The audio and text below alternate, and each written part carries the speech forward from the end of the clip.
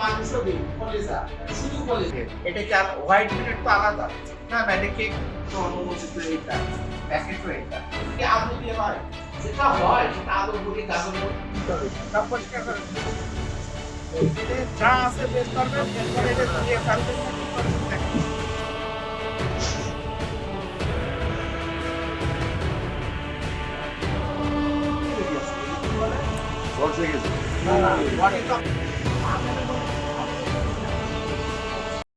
পবিত্র মাহে রমজান উপলক্ষে আমরা ভোক্তা অধিকার সংরক্ষণ অধিদপ্তর এবং বাংলাদেশ নিরাপদ কর্তৃপক্ষ আমরা একসাথে যৌথভাবে ভোক্তাদের নিরাপদ খাদ্য, মানসম্মত খাদ্য এবং রমজানের মানে পণ্যের চাহিদা এগুলা প্রভৃতি দেখার জন্য আমরা বাজার মনিটরিং এ বেরিয়েছি।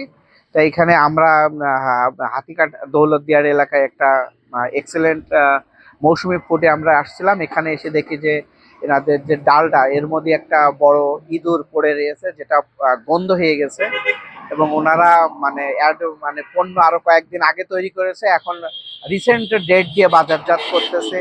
এবং ওনাদের এখানে যে ফ্লেভার গুলা ইউজ হয় তার মধ্যে একটা মেয়াদ উত্তীর্ণ ফ্লেভার প্রায় 1 মাস হয়ে গেল।